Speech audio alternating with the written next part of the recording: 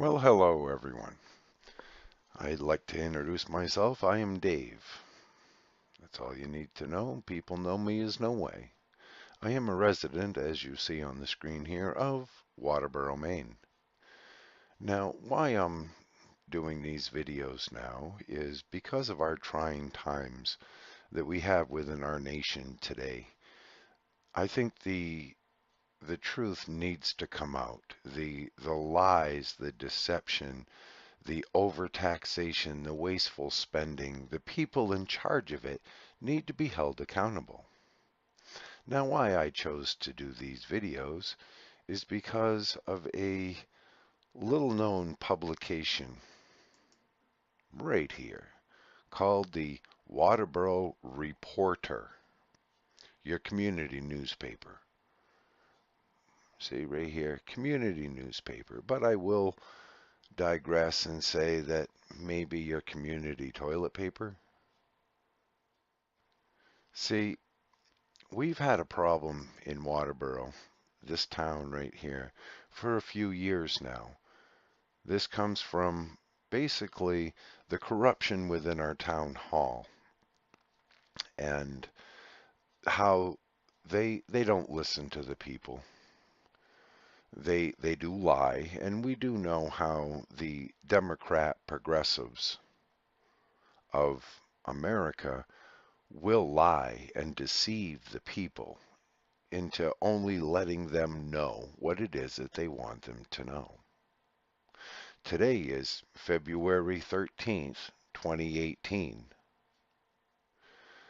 For many of you that know me, you know from my podcast how I have talked about what they have done here on the road that I live on with two schools and a public park.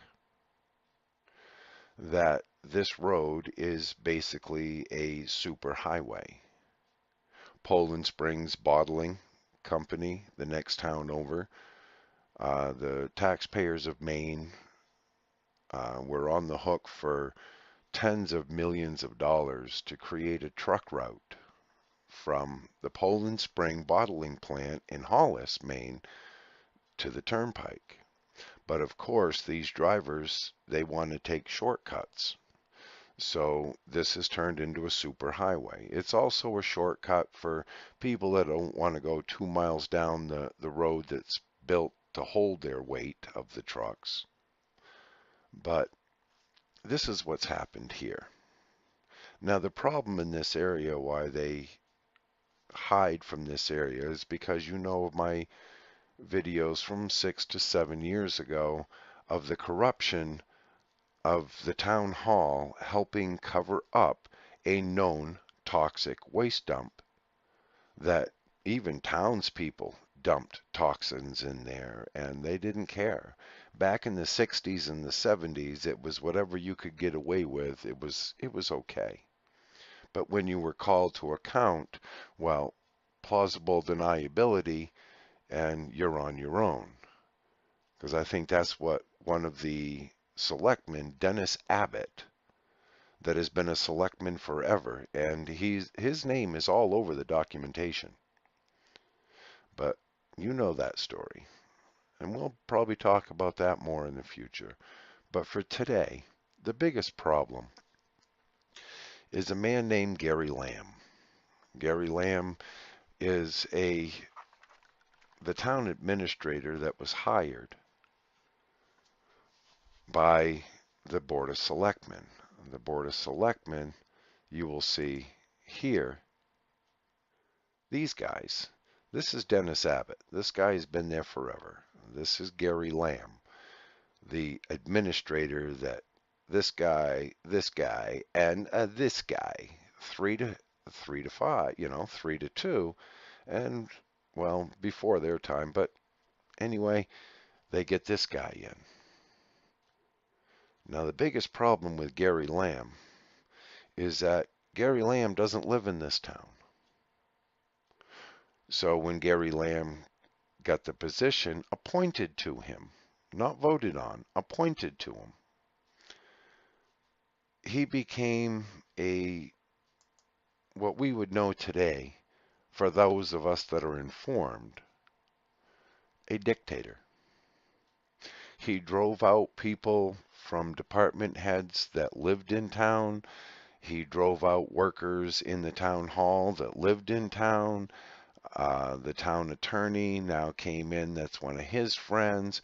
So we found ourselves now, 5 years later, with a town hall full of department heads that do not live in this town. The problem with that is, it's like we see with our fire department and Matt Boris that lives in Elford. He's in charge of the multi-million-dollar budget of the fire department.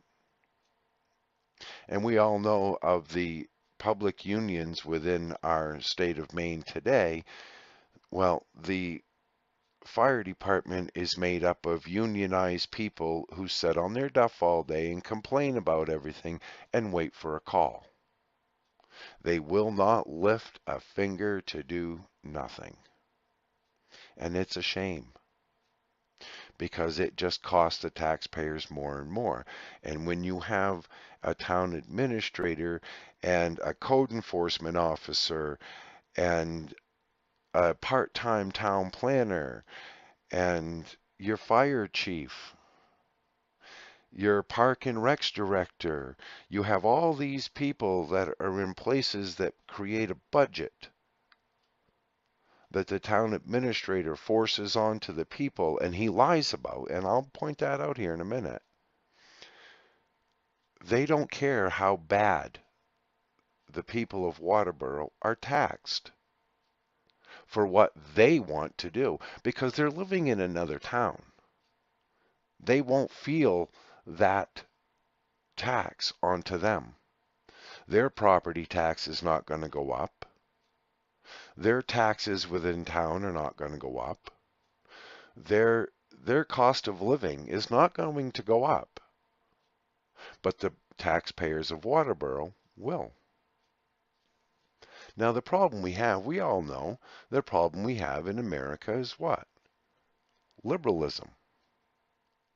The liberalism of we're going to do whatever we want to do, and there's nothing you can do about it. The biggest problem with this starts off here with this little letter that came out last fall, or we saw it last fall, actually, by the time it came out.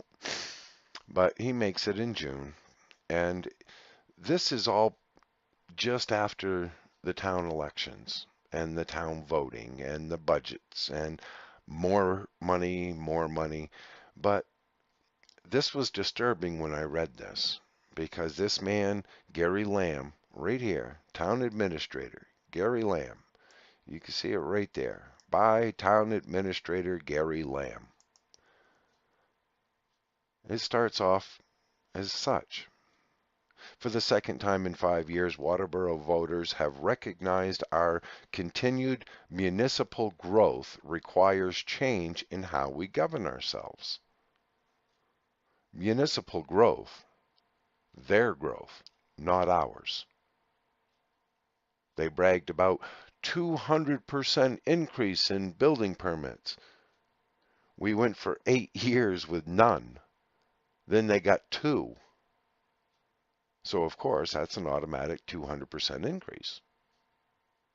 But I digress. They did get this changed. What they didn't know, what the townspeople didn't know, is right here, the town administrator and all of his power, accounts payable, payroll, other daily operational decisions, all fall on him.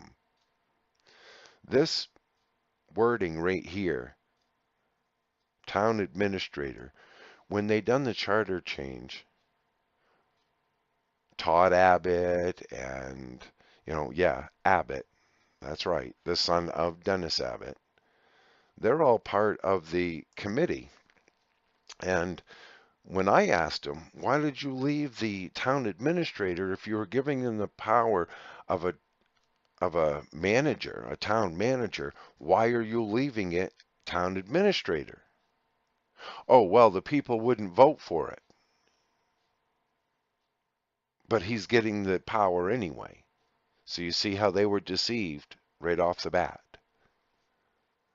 So we got Gary Lamb. When you come into June, we did approve to do away with the Saturday morning town meeting, where 43 people could go in and just jack the heck right out of our budget, because it was the way it's run and the corrupt, not really, I guess they use the corruption of modern government to get away with it, is what they do. They have people planted right in the town hall meeting that the second it's read, they go, as mentioned.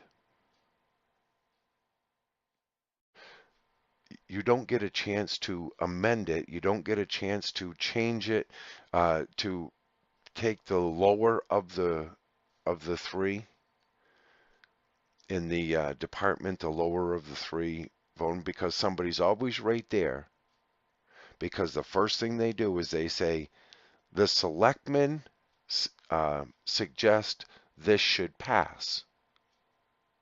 They don't give the other two options of the budget committee or the town administrator.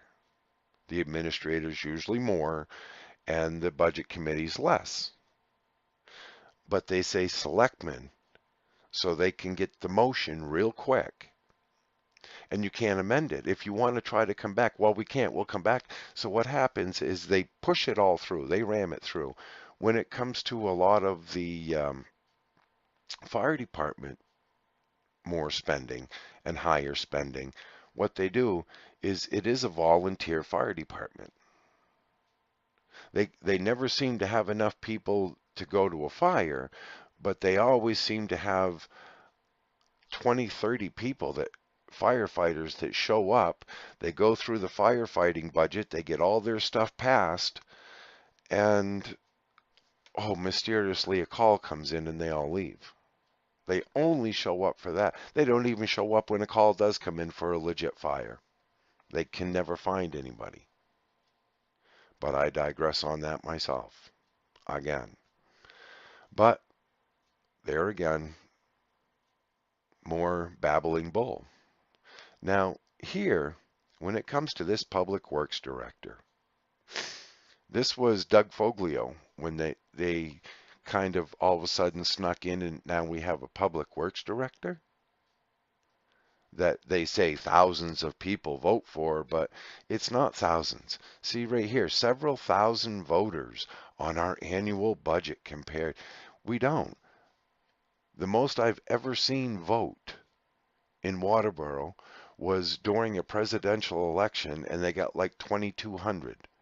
Other than that, normal everyday voting, every year voting, they get 500, 600, sometimes 800 tops.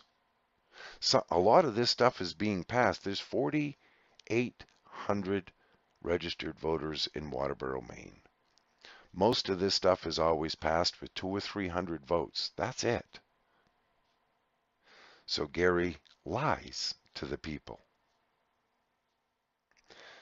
All of a sudden we come down here and they don't talk about it, but they put other stuff in. When this was being passed right here, the public works director going from 20 to 40 hours and taking over the whole public works department and everything, transfer station, whole 9 yards, going to oversee it all.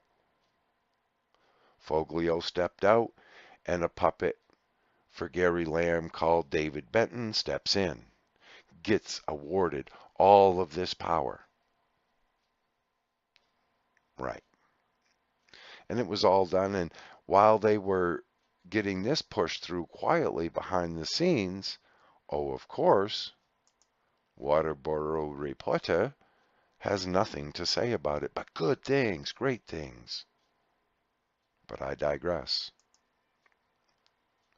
So when we come down to here, and we see all this new captain and all this new spending, and again, they make sure they have a very large volunteer base. If you want your pay and we need to protect this, you need to get in there and vote. So of course they get in there and they vote it all in and they get it all passed and the Waterboro taxpayers go, what? Because they don't pay attention. They're not being informed. Carrie DeAngelis, through that Waterboro reporter, is not informing the people. She's helping bullshit them in plain language. All of this stuff here with town planner, economic development, and everything else, everybody, all of us that put this into place have been pushed out and they've taken over. The town planner that was doing good things in Waterboro, they pushed out. So we have an out-of-town part-time town planner. Right.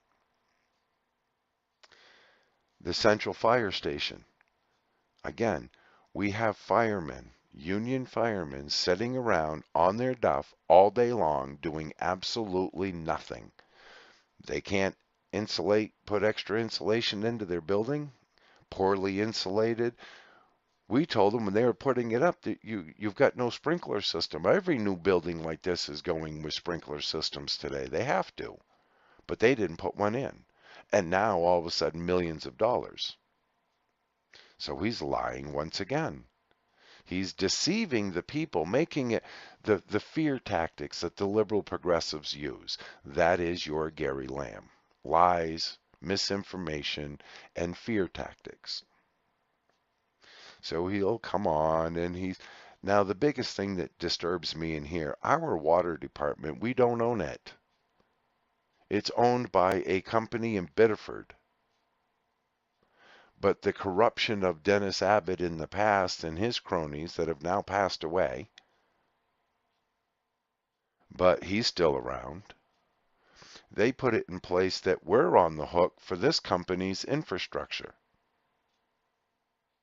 So now when he's talking of a new tank, a new well, and another storage tank and everything, millions of dollars, he's telling the townspeople, it's on your back, not mine, not, the company's.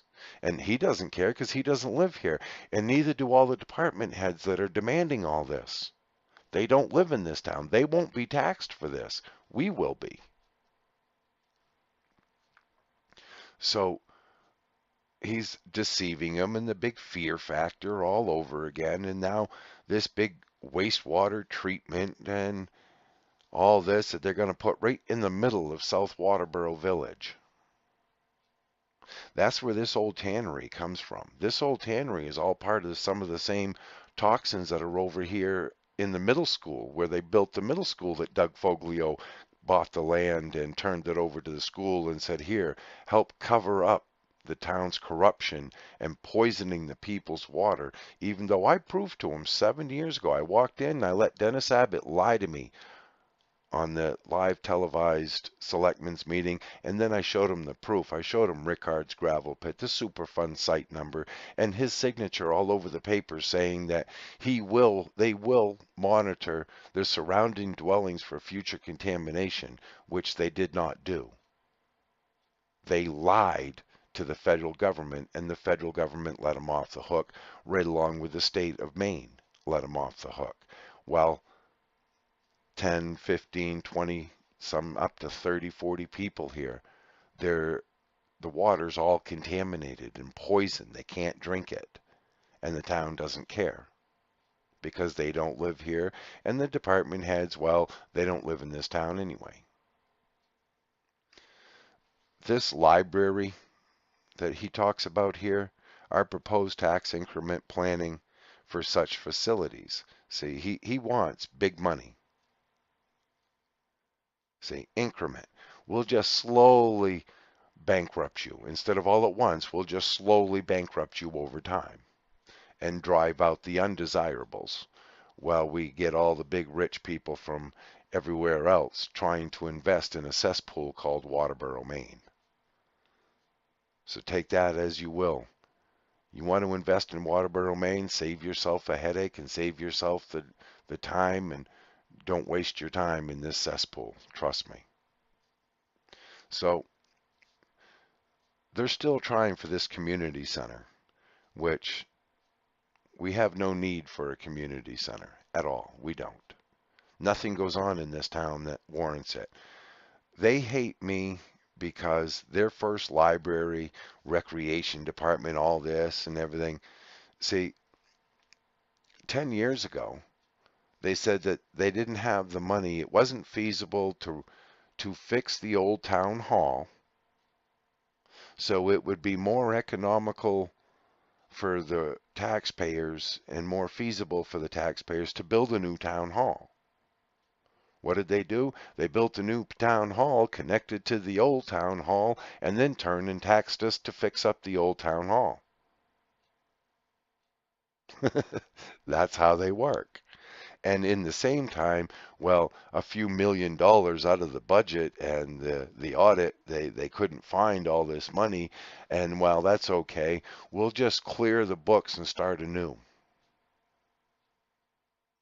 So millions of dollars disappeared out of the budget and out of the coffers. Nobody knows where it went. But that's okay. We'll just wipe that out and we'll start anew. Welcome to Waterboro, Maine.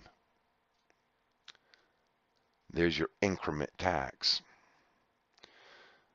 The problem is here, they wanted to build the Taj Mahal of libraries, but they wanted to put it on the middle school site where the toxic waste dump is. Why they hate me so bad is the hundreds of thousands of dollars in propaganda that the Friends of the Waterboro Library were getting from in donations and putting out lies to the people of why we needed this Taj Mahal worth millions of dollars and put it on a toxic waste dump site, why we needed it. And I pointed right out the contamination. We don't need it. There's no use for it. We never have functions over 20, 30 people at a time. There's just nothing. There's no need for it.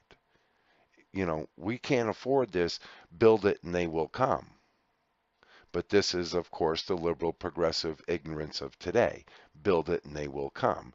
And of course, when you have a worthless newspaper like the Waterboro Reporter, well, the people don't get informed. And I'm sure if Carrie listens to this video, I will get slammed in her little filthy newspaper of nothingness. I can just imagine what she'll put in that paper. But I digress many times over. One of the biggest things he continues to say throughout this lying piece of filth that Gary Lamb put out, and he talks about how Waterboro's going to grow, going to double in size if we like it or not. Waterboro's not growing. Waterboro is declining. The amount of students in our school is going down as the budget goes up by $1 million a year. But the amount of students go down. Waterboro's not doubling. I was on the 2020 Master Planning Committee for the comprehensive plan. The best we could find was in 15 years, the school will lose 600 students. We'll be somewhere around 2,400 students. Waterboro may grow. There's a possibility of 300 people, where Gary Lamb's telling the people it's going to double. There is no proof of this anywhere, so it's all a lie. So while he lives and his department heads and everybody lives in other towns, he can destroy Waterboro, but who cares? He'll get fired and he'll get sent packing once Waterboro is destroyed, but then it's too late. They've destroyed Waterboro once again. They keep talking about all these businesses that pop up, and they're nothing businesses. Napa, never any parts available. A pizza shop with not that good a pizza. But there's no real, they fought tooth and nail over a Family Dollar being put in because it was in their backyard. They're trying to make something out of the comprehensive plan that it's not. So for you from Waterboro listening, don't let them lie to you about the comprehensive plan. Nothing in that plan was set in stone. That was a suggestion. If you want North Waterboro to look like this is what you can do. But you must go through the correct channels, fix the zoning that Waterboro has corrupted, that they allowed the planning board to set variances and do the zoning board's work illegally. And they knew it was illegal, but they did it anyway until they were caught. So here, just the past year, they got that changed. But then, of course, Gary Lamb brings in Waterboro Maine's planning that doesn't work for Waterboro. So now we have zoning ordinances in place that work in Gorham, but not in Waterboro. But he doesn't care because he doesn't live here. So all this is such a lie, ladies and gentlemen. And where this, I mean, she brags so much about where's news? You hear about the Democrats here, and of course your participation trophies, and it's a bunch of nothingness. And she calls this a newspaper. And see, it's nothingness at all. It's nothingness. Run by these people. This man right here, Tim Neal, he ran on. He was going to start stopping this buddy buddy system, and you know go back to doing things the way Waterboro should be doing it for all the taxpayers. But no, he just became another yes man like Gordon Littlefield here, that no longer wanted to pay for his private road. So because of his position in town hall as a selectman, guess who ended up footing the bill for his road becoming a town road, and all new paving, all new ditching, all new curbing? Oh yeah, Gordon Littlefield. So you see, this is what's going on in Waterboro, ladies and gentlemen. And these men right here, Dennis Abbott, Gordon Littlefield, this new guy, Theodore Doyle, have no idea who he is. Dwayne Woodsum, Tim Neal. See, we're in trouble with these people, ladies and gentlemen. We're in a lot of trouble. Right here in Waterboro. The 2020 committee, we're the ones that done this. We're the ones that told Waterboro, this is what you need. You need this mapping. You need this stuff. But now they're using it for different means. They're trying to take credit. They're trying to change what the true meaning behind it all was. And it's a shame. It truly is a shame that we thought when Current sold back this newspaper here to Carrie, we thought when she took it back, you don't see any letters. I wanted to write a letter explaining this and how it is fascism and it's Marxism, and this is how it works. This is how these people destroy communities while they try to make it look all good. So I wanted to bring this forth because she's not going to do it. She buttered it all up and had all kinds of stuff to say on the phone, and yeah, it's going to be, all this is going to be printed on this date, and boom, it didn't happen. She buried it because I'm sure she went to talk to Gary, and Gary told about how nasty and vicious I was, and oh, we had to bring charges for harassment against him because he didn't want to hear it. He didn't want to hear getting the trucks off in this road and stop harassing me by parking your town vehicles on my front lawn. Yeah, they didn't want to hear it. I told him off, not so nice a way. I wanted him to show his hand, and he showed it. But I wanted her to show her hand, and she showed it. And for those of you that know me, for the 7 years I've been doing this stuff, and I have been bringing podcasts of true factual information to the people. Not this Nazi propaganda from a bunch of worthless liberals. I'll keep doing this. And I'll keep showing you how Gary Lamb and Matt Boris and all these other people. You want to know? Come right here to this site, waterboro.net. It's right here, ladies and gentlemen, waterboromaine.net. And look at the filth, and look at the people. Trace these people. Does not Wade Andrews does not live in Waterboro. Sherry Netto does not live in Waterboro. Assessor does not live in Waterboro. Code enforcement officer does not live in Waterboro. Our contract Gestapo. Customer service rep does not live in Waterboro. Dave Benton lives in Waterboro, but he's just a puppet. Matt Boris does not live in Waterboro. The assistant chief does, but she's no different than Matt is. And you come over here. These people I don't know. They're new. They may live. Clint, I know him. He does live in, but he no longer has any power over his property. It's now Park and Rec. It's now Public Works. The treasurer doesn't live in town. The town planner, this part-time guy, he doesn't live in Waterboro. Town clerk doesn't. I think, yeah, she's gone. Gary Lamb doesn't live here. Tax collector doesn't live here. Not sure about. No, I know Todd Smith doesn't live here. Neither does Nancy Johnson. Dave Lowe does, but he's just a puppet. So you see what I mean, ladies and gentlemen? This is where we are with Waterboro. This is where we are. So I'll keep doing these videos, I think, and I'll keep informing you of just how corrupt. And maybe the next time they're out here putting patch on the road when it's 20 degrees, we'll get something that maybe stays, or maybe they'll just shut the trucks off.